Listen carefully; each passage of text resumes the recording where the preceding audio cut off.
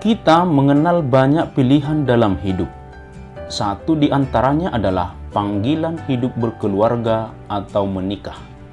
Menikah merupakan satu pilihan penting dalam hidup manusia. Ketika seseorang memutuskan untuk menikah, maka sesungguhnya dia menjawab panggilan Tuhan. Allah memanggil manusia ikut serta dalam pewartaannya, yaitu mewujudkan kerajaan Allah dan memelihara alam ciptaannya. Gereja menyalurkan rahmat Allah bagi mereka yang menikah melalui sakramen perkawinan. Kita akan membahasnya melalui materi kali ini. Adapun tujuan pembahasan ini adalah: 1. Menjelaskan berbagai pandangan tentang perkawinan dalam masyarakat. 2. Menjelaskan pandangan gereja tentang perkawinan. 3. Menjelaskan perkawinan sebagai sakramen. 4. Menjelaskan sifat perkawinan sebagai sakramen. 5. Menjelaskan tujuan perkawinan menurut gereja. Dan 6. Menyebutkan ciri-ciri rumah tangga yang sehat dan harmonis. Memahami makna hidup perkawinan dalam masyarakat. Hidup berkeluarga tidak selalu mudah karena pria dan wanita mempunyai perbedaan, baik dalam cara memandang, berpikir, atau mengekspresikan dirinya. Perbedaan tersebut menjadi tantangan tersendiri bagi setiap rumah tangga. Dalam kehidupan sehari-hari, kita menemukan keluarga yang berantakan, keluarga bermasalah, broken home, dan keluarga yang berakhir dengan perceraian. Bahkan kita dapat menemukan perkawinan yang batal karena alasan-alasan tertentu. Syukurlah, ada lebih banyak perkawinan yang harmonis dan rumah tangga yang sangat bahagia. Mereka menjadi inspirasi bagi banyak orang. Bagaimana kehidupan berkeluarga orang-orang di sekitarmu, terutama yang terdekat dengan kamu? Lakukanlah wawancara dengan seorang yang sudah berkeluarga. Tanyakanlah pertanyaan-pertanyaan berikut ini. Sudah berapa lama menikah? Apa motivasi memilih hidup menikah? Apa tantangan terbesar selama menjalani pernikahan? Bagaimana cara menghadapi tantangan tersebut? Dan apa pandangan tentang pernikahan? Dari hasil wawancaramu, kamu tentu temukan bahwa perkawinan adalah persekutuan antara pria dan wanita atas dasar ikatan cinta kasih yang total dengan persetujuan bebas dari keduanya. Namun, tak jarang orang salah memberi makna terhadap perkawinan. Ada orang yang memandang perkawinan sebatas kontrak atau perjanjian. Ada yang memandang perkawinan hanya bertujuan melanjutkan keturunan, sehingga jika tidak mendapat anak, boleh bercerai atau menduakan pasangan. Ada juga yang menghubungkan perkawinan sebagai usaha memperoleh status, harta warisan, kekuasaan, dan sebagainya. Pemahaman yang keliru seperti ini menjadi penyebab banyak rumah tangga tidak harmonis, cekcok, dan putus di tengah jalan. Memahami ajaran gereja tentang makna perkawinan. Supaya kehidupan rumah tangga harmonis, perkawinan harus dipandang dan dimaknai secara tepat. Gereja Katolik mengajarkan bahwa perkawinan bukan sekadar kesepakatan antara pria dan wanita semata, melainkan wujud campur tangan Allah yang nyata dalam kehidupan manusia. Ketika dua insan memutuskan menikah, keputusan itu bukan kesepakatan mereka berdua saja. Tuhanlah yang mendorong mereka untuk saling menerima satu sama lain dengan segala kelebihan dan kekurangan masing-masing. Selengkapnya, mari kita baca teks kitab suci Kejadian 2 ayat 18 sampai 25, Markus 10 ayat 1 sampai 9, dan Efesus 5 ayat 22 sampai 33.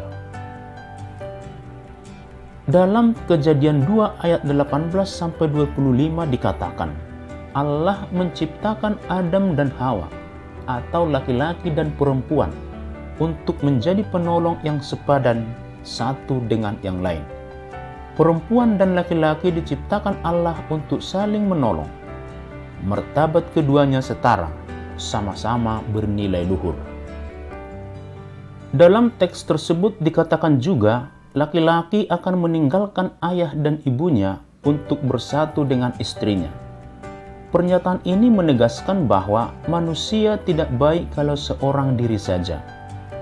Makna persatuan perempuan dan laki-laki menurut teks tersebut adalah pemberian diri yang utuh satu dengan yang lain.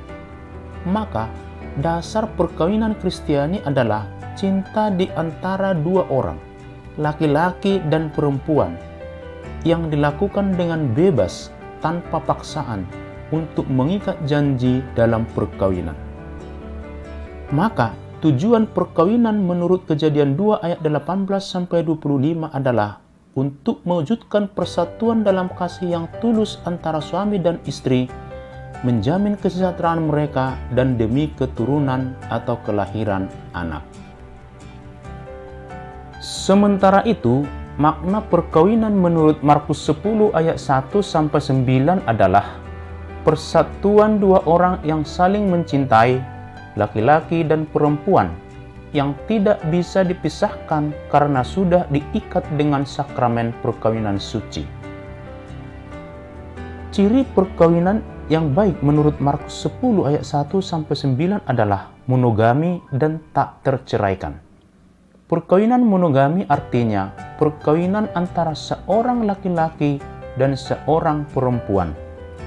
Perkawinan itu tidak boleh diceraikan dengan alasan apapun kecuali karena kematian. Dari teks tersebut, tujuan perkawinan adalah untuk menjamin kesejahteraan suami dan istri sebagai pasangan yang telah dipersatukan dengan kasih dan diteguhkan dengan sakramen suci. Makna perkawinan sebagai sakramen diulangi lagi dalam Efesus 5 ayat 22-33, yaitu persatuan antara perempuan dan laki-laki yang didasari oleh cinta yang bebas dan yang di dalamnya Allah berperan mengikat relasi keduanya seperti relasi antara Kristus dengan gerejanya. Itulah sebabnya perkawinan adalah sebuah sakramen, yaitu karena melambangkan hubungan antara Kristus dengan gerejanya. Sikap yang harus dipertahankan suami dan istri agar perkawinan tetap utuh menurut Efesus 5 ayat 22-33 adalah seorang istri harus tunduk kepada suami seperti kepada Tuhan. Sikap tunduk menunjukkan ketaatan atau kesetiaan seorang istri kepada suaminya, sama seperti kesetiaan gereja kepada Kristus. Sebaliknya, seorang suami harus mengasihi istrinya seperti Kristus mengasihi gereja. Sikap mengasihi menunjukkan bahwa suami senantiasa membawa istrinya kepada kekudusan, sama seperti Kristus menguduskan gerejanya. Maka, tujuan perkawinan menurut Efesus 5 ayat 22-33 adalah untuk membuktikan kasih Allah kepada manusia dan mewujudkan kesetiaan manusia kepada Allah. Karena itu, perkawinan juga bertujuan untuk kesejahteraan masyarakat pada umumnya.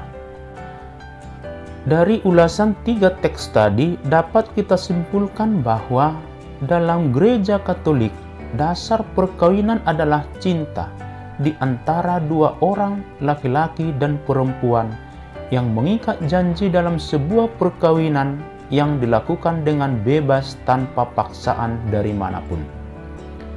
Perkawinan merupakan sakramen karena berkeluarga itu sungguh suci dan bernilai luhur, dikehendaki oleh Sang Pencipta, dikukuhkan dengan hukum-hukumnya, dan dibangun dengan janji perkawinan yang tak dapat ditarik kembali. Tujuan perkawinan Kristiani adalah untuk kesejahteraan suami istri sebagai pasangan demi keturunan atau kelahiran dan pendidikan anak, serta untuk kesejahteraan masyarakat.